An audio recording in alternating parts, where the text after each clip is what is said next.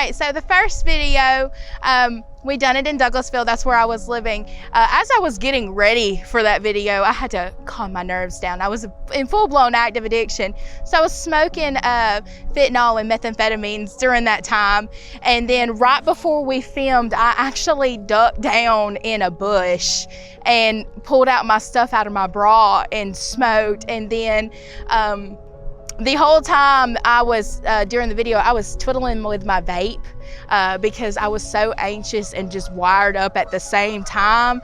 I was already scared that the police was about to come after me at this point in time. The only reason I did this video in the beginning was I had community service for criminal trespassing. I had to do something, and I can't do community service if I have, active warrants. So I wasn't trying to get another warrant with a probation violation. So I had contacted Miss Lisa, and I was like, look, this is the details. I'm wanted, I have warrants, but I've got to do this community service. So she was like, can you do a video for me? And I was like, sure, I will talk about my active addiction with you. It is not a problem. So, and then after the video, as I'm waiting on my Uber, I began immediately working, talking to clients to set up to, because I knew that I could not work beforehand. So I started setting up clients and letting them know, look, I'm in an Uber, I'm on my way. Before my Uber pulled up, again, I'm ducking down in a bush to get high. I was probably getting high every 30, 45 minutes. Yes, like I always had aluminum foil and a straw and a bowl on me in my bra on the side every time. No, I was, when the last video, I was high as a kite. I was gone. Wow. Gone. I think my lowest point was I woke up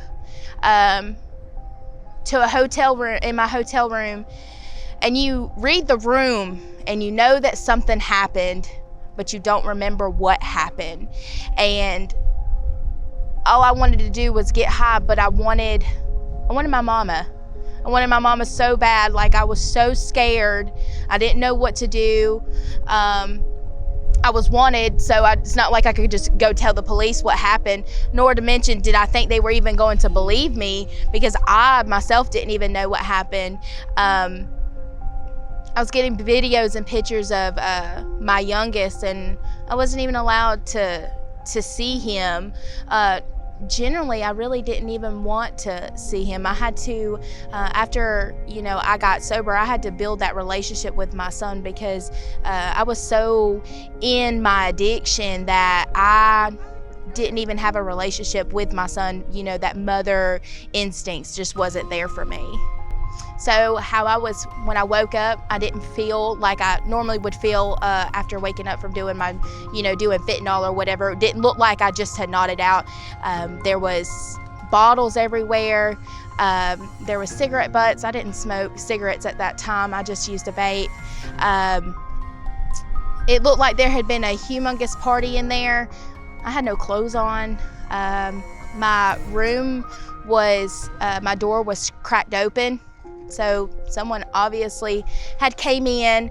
I remember somewhat thinking I woke up and remember thinking I seen someone, but again, I don't remember. A lot of people in that hotel who lived in that hotel, they knew what I did.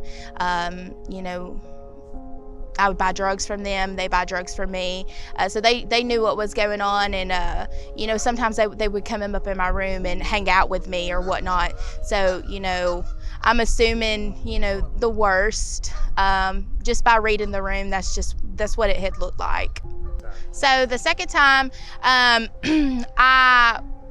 had a bunch of hotel rooms. Within the hotel rooms, I was moving through the hotel, and one of my rooms got flagged for someone that was selling drugs.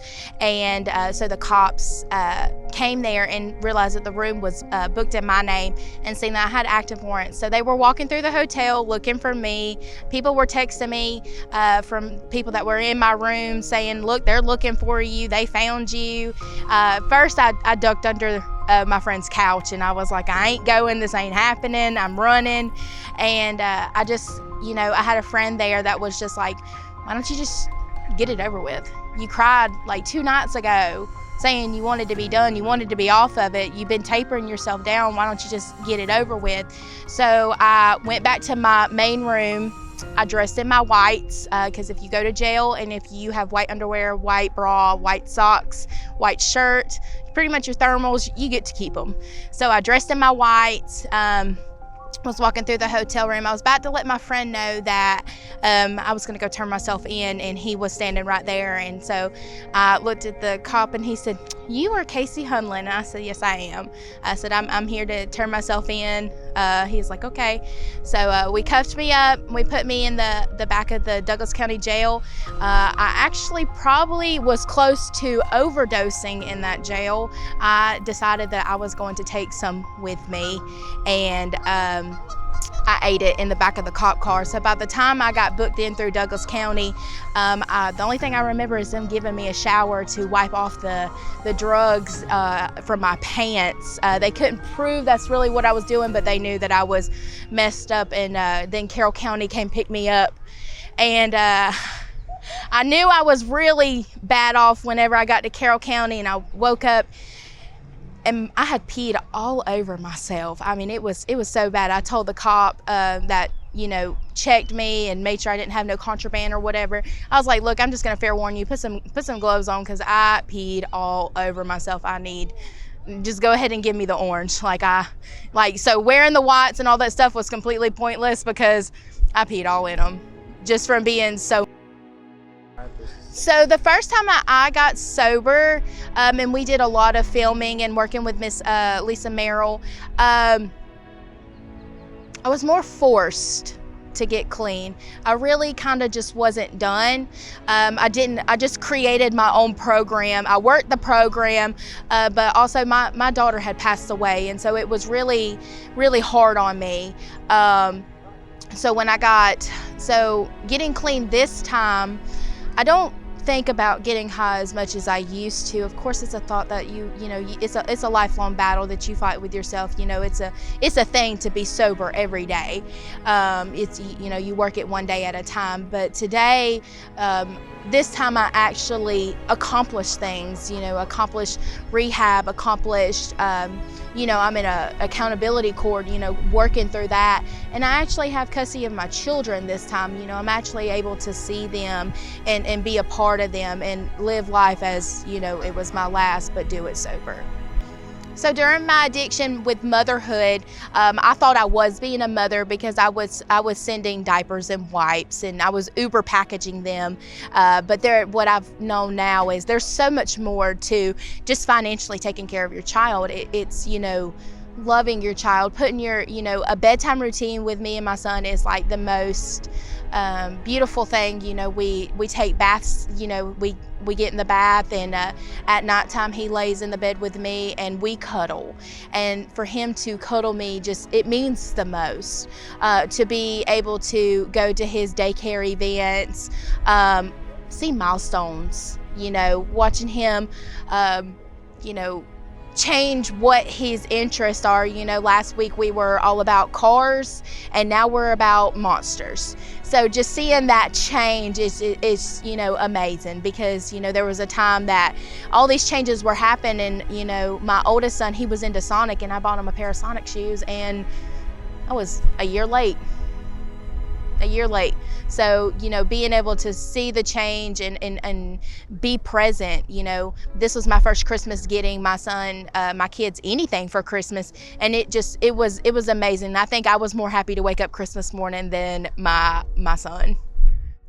I do. I miss my daughter. So last week was her 3-year anniversary of her day. I miss her a lot. I miss the bond that we didn't have. I did not have custody of my daughter when she had passed, so I was only getting 2-hour visitations once a week before she had passed. And so every memory that I have with her, every picture that I have, I do cherish it. Me and my aunt we're about to build Kinley's Fairy Tale Garden to put in remembrance of her. And also I want people to really understand that drugs are not worth it simply because my daughter was, she was born addicted to drugs. So statistically, it was looked at me when she did pass because of the addictions that she went through when she was born. Plus, you never know when it's your last day, and nobody deserves to bury their child. Stay a kid. Be involved in school. Listen to your parents. They're right. They're right. You are very much wrong, and those friends are not going to be your friends when you graduate.